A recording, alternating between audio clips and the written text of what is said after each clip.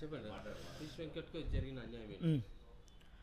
ఇటీవల కాలంలో తెలంగాణ సినిమా రంగంలో తన కామెడీతో విశేష ఆదరణ పొందిన పిష్ వెంకట్ చనిపోతే ఇవాళ సినీ రంగం మాత్రం ఏమాత్రం కూడా నివాళి అర్పించలేదు. దీనికి గల కారణాలు ఏంటంటే ఇవాళ తెలంగాణ సినిమా రంగం మీద చిన్నచూపు, తెలంగాణ ఆర్టిస్టులు అంటే చిన్నచూపు. ఇవాళ సినీ ఫోటోగ్రఫీ మినిస్టర్ కోమటిరెడ్డి వెంకటరెడ్డి కూడా కనీసం వాళ్ళ కుటుంబాన్ని పరామర్శించలేదంటే ఈ ప్రభుత్వం, ఈ పెద్దలు ఏం ఆలోచిస్తున్నారో దీన్ని బట్టి స్పష్టమవుతుంది.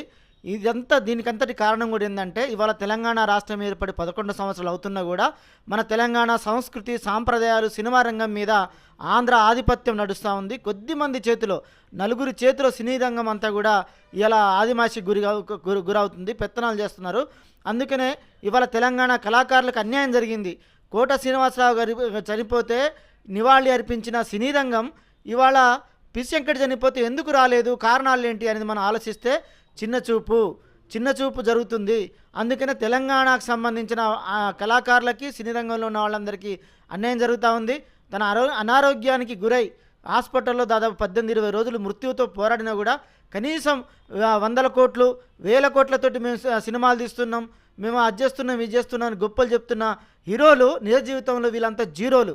ఎందుకంటే ఇవాళ కనీస మానవత దృక్పథంతో కలిసి పనిచేసిన ఆర్టిస్టుల కుటుంబాలు అన్యాయానికి గురవుతూ ఉంటే, ఆవేదనకు గురవుతూ ఉంటే పట్టించుకోవాల్సింది పోయి, మానవత దృక్పథంతో ఆలోచించవలసింది పోయి ఇవాళ కమర్షియల్గా వ్యాపారమే పరమావధిగా ఇవాళ సినీ రంగంలో ఉన్న పెద్దలు ఆలోచిస్తున్నారు, ఆ విధంగా వ్యవహరిస్తూ ఉన్నారు. అందుకనే ఇప్పటికైనా మేము తెలంగాణ సినిమా వేదిక నుంచి ప్రధానంగా డిమాండ్ చేస్తున్న కూడా విషయం ఏంటంటే, అయ్యా ఈ తెలంగాణ రాష్ట్రంలో మీ ఆంధ్ర ఆధిపత్యం ఇక చెల్లదు. 11-12 సంవత్సరాలు ఈ రాష్ట్రం ఏర్పడి అయినా కూడా సినీ రంగంలో ఆజమాయిషి ఆంధ్ర పెత్తనం కొనసాగుతుంది. ఇక నుంచి కొనసాగడానికి వీల్లేదు. అందుకనే ప్రభుత్వం ఇప్పటికైనా ఆలోచించమని చెప్తున్నాం. స్పష్టమైన సినీ పాలసీని ఒకటి ఏర్పాటు చేయాలి. పిష్ వెంకట్ లాంటి వాళ్ళు సీనియర్ ఆర్టిస్టుల్ని ఐడెంటిటీ కార్డ్స్ ఇవ్వాలి, వాళ్ళ కుటుంబాలకి గౌరవ వేతనం ఇవ్వాలి. కళా పోషణ నమ్ముకొని జీవిస్తున్న వాళ్ళకి ప్రభుత్వం భరోసా కల్పించే విధంగా హెల్త్ కార్డులు కానీ, తర్వాత పెన్షన్స్ కానీ, వాళ్ళ గుర్తింపు కార్డులు ఇచ్చి ఆదుకోవాల్సిన ప్రభుత్వం కూడా ఏమాత్రం కూడా ఆ దిశగా ప్రయత్నాలు చేయట్లేదు. దిల్ రాజు అంతా కూడా ఆయన ఆంధ్ర తొత్తుగా వివరిస్తూ ఉన్నాడు. ఆయన Telangana film chamber FDC chairman అయి ఉండి కూడా ఇవాళ కనీసం పిష్ వెంకట్ లాంటి వాళ్ళు చనిపోతే కూడా పరామర్శించడానికి కూడా వీలు లేకపోతే నువ్వు ఎవరికి దేనికోసం ఉన్నావని కూడా ఈ సందర్భంగా మేము ప్రశ్నిస్తూ ఉన్నాం.